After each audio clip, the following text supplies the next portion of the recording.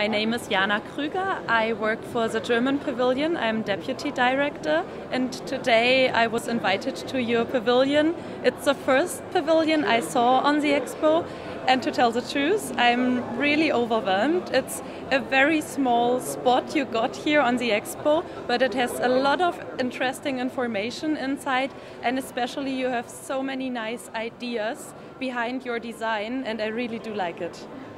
Thank you very much. And what are you seeing? Is Living Ocean and Informational Ocean has one author who created two different but similar things?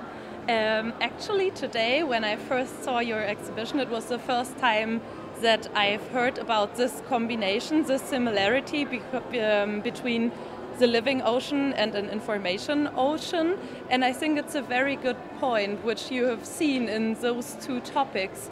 And as I was told by your colleague, the information ocean, that everyone has so many informations to take from everywhere, it's that important that everyone uses all those resources and takes his own decision, makes his own picture of different kinds of things.